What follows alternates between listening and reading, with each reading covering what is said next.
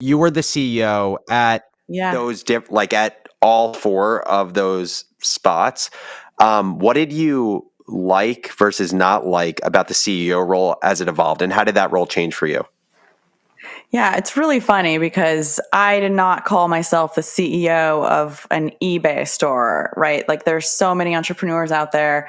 I see their Instagram bio and it's CEO at, and then there's like a tag for an Instagram account that literally has no product. It's like a holding page for a business that they may or may not have. And I'm partially responsible for, as I bootstrap Nasty Gal to a pretty big spot. And then it was really only until we raised $50 million that the press heard about me. There weren't a lot of women out there building businesses. This was pre-Glossier and pre-Away and pre-Outdoor Voices and pre-The Wing and pre a lot of things. And so it catapulted me into this spotlight where I became this like kind of poster child of entrepreneurship.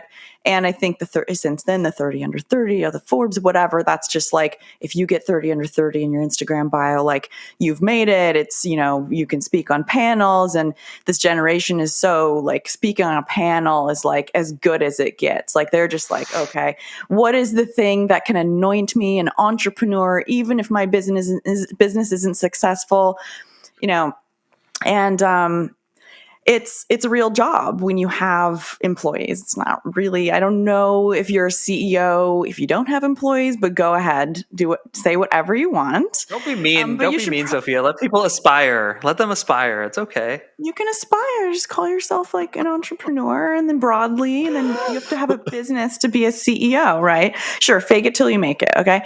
There are different ways of going about this. So I never had any experience running a company. I'd never worked in an office. The only office I've still ever worked in, my name has been on the lease of. I didn't relate. I didn't know what people needed to be successful because I had never needed it and I had never been led in a real professional environment. And I showed up and I was like, okay, I do what I say I'm going to do. That's what you do on a job.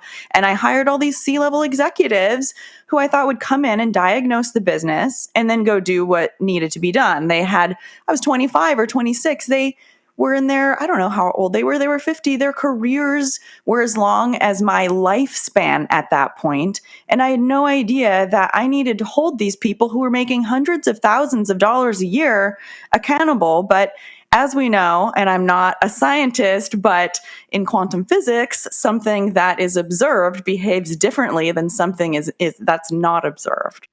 And that goes for executives as well.